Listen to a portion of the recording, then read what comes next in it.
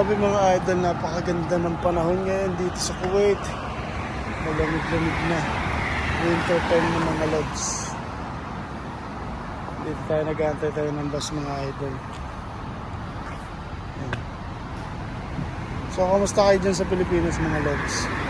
Sana okay kayo dyan kahit na medyo magulo ang nararanasan natin ngayon sa ating mabubuting politician. So ganyan pa man mga idol, nakasuporta pa rin ako bilang isang OFW sa pamilya Duterte, lalo na kay Vice Presidente. Dahil alam nyo na ang politika mga lods, napakadungis niyan. Pero alam ko malalampasan ng ating Vice Presidente ang kanyang kalyado ang mga nangyayari sa ating bayan mga lord.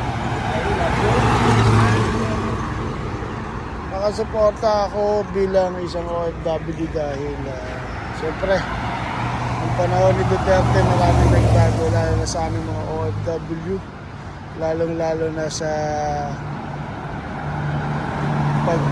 sa batas ng 10 years passport validity.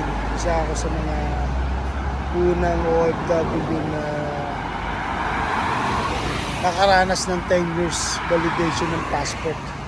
Kasi napakagandang bagay na, napakalaking bagay na bilang isang OFW dahil mahirap kumuha ng appointment at gumalaw kapag ang passport mo ay expired na.